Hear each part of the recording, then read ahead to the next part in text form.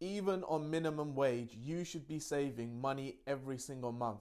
Now you're going to be saying, Amin, you are absolutely crazy. How the hell do you expect me to save money when I'm on minimum wage?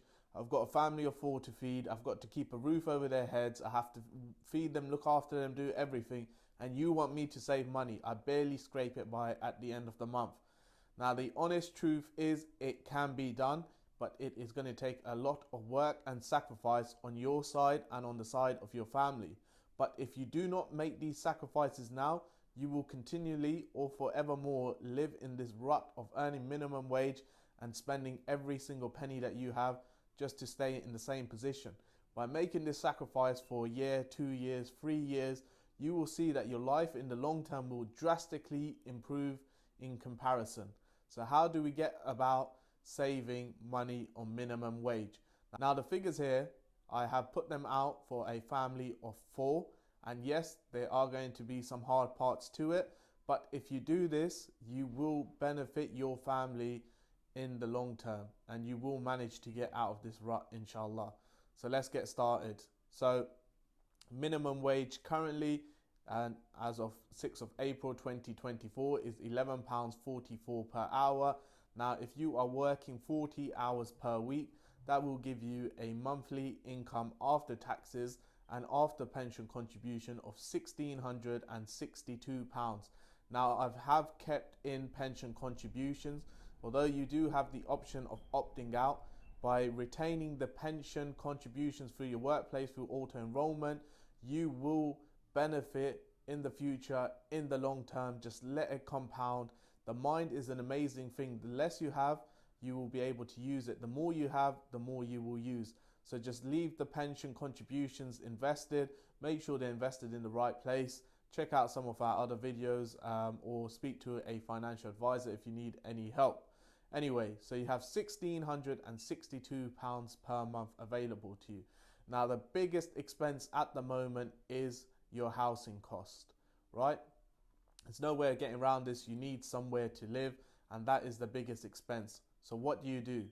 Well, firstly, if you have the ability to live with your parents, where you will pay no tax and massively save money, because the average housing cost at the moment is around £1,000 per month for a one-bedroom flat.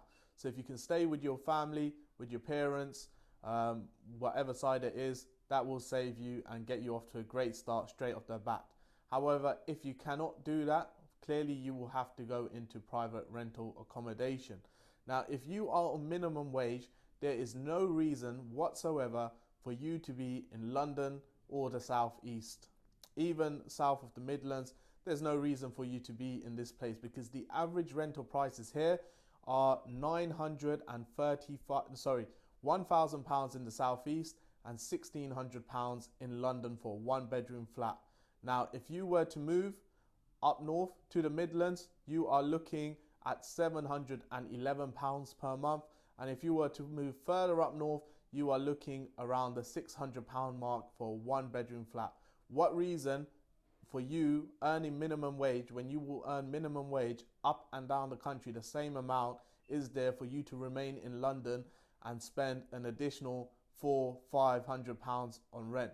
I mean, imagine £1,600 rent for a one-bedroom house in London, where you could get a one-bedroom house up in the north for £600, saving a massive £1,000, right? Also, look into whether you could get social housing. So with the average rental price, we said it's around £1,000 per month in the UK.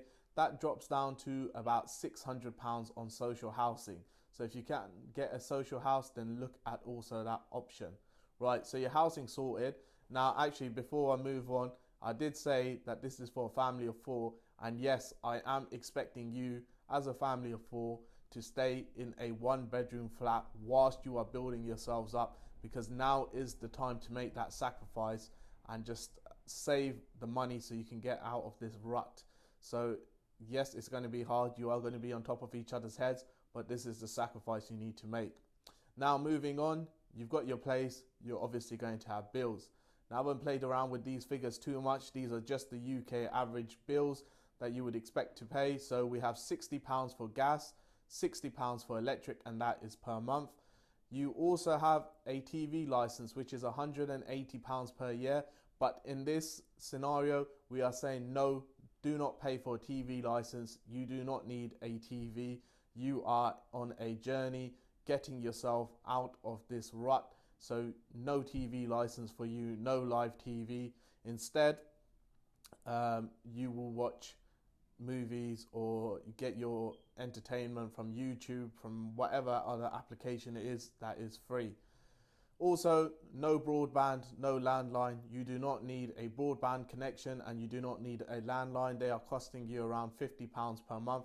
Instead, what you do is you get yourself 2 cheap SIM-only plans. So I've just recently renewed my contract with Libara, and for £10 per month I am getting 20 gigabytes of data.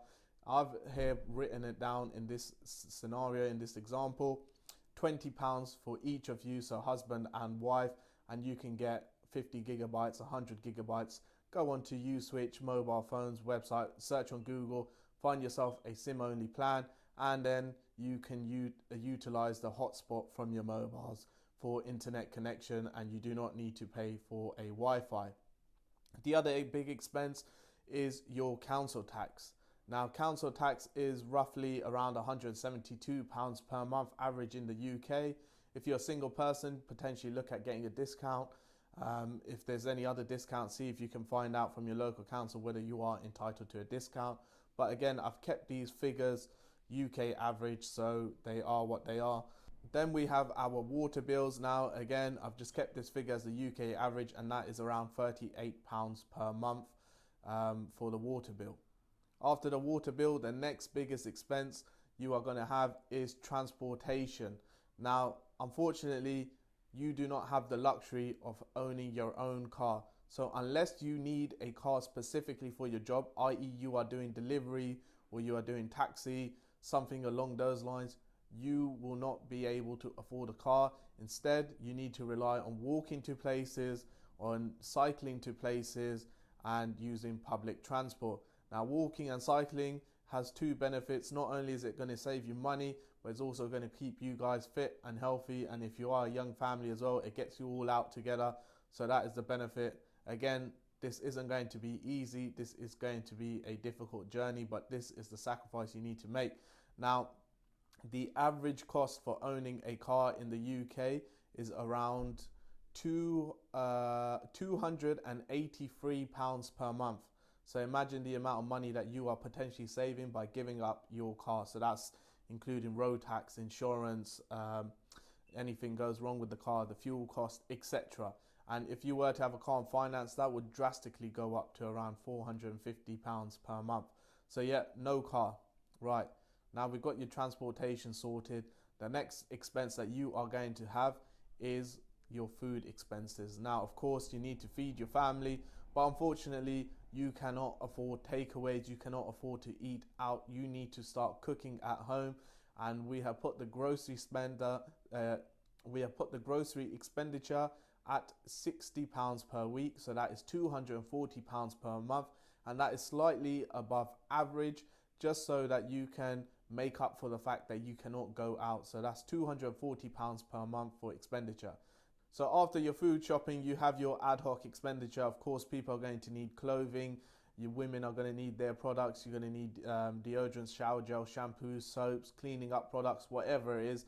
We have allowed an additional £120 per month for that. Also, another great place to look and shop at is charity shops, where you can save massive amounts of money. So yes, those are all of the expenses that we're putting together. Now, if you follow this plan, right, if you follow this plan, you will have a £1,660 odd pounds at the beginning of the month. You will have a surplus of £259 per month.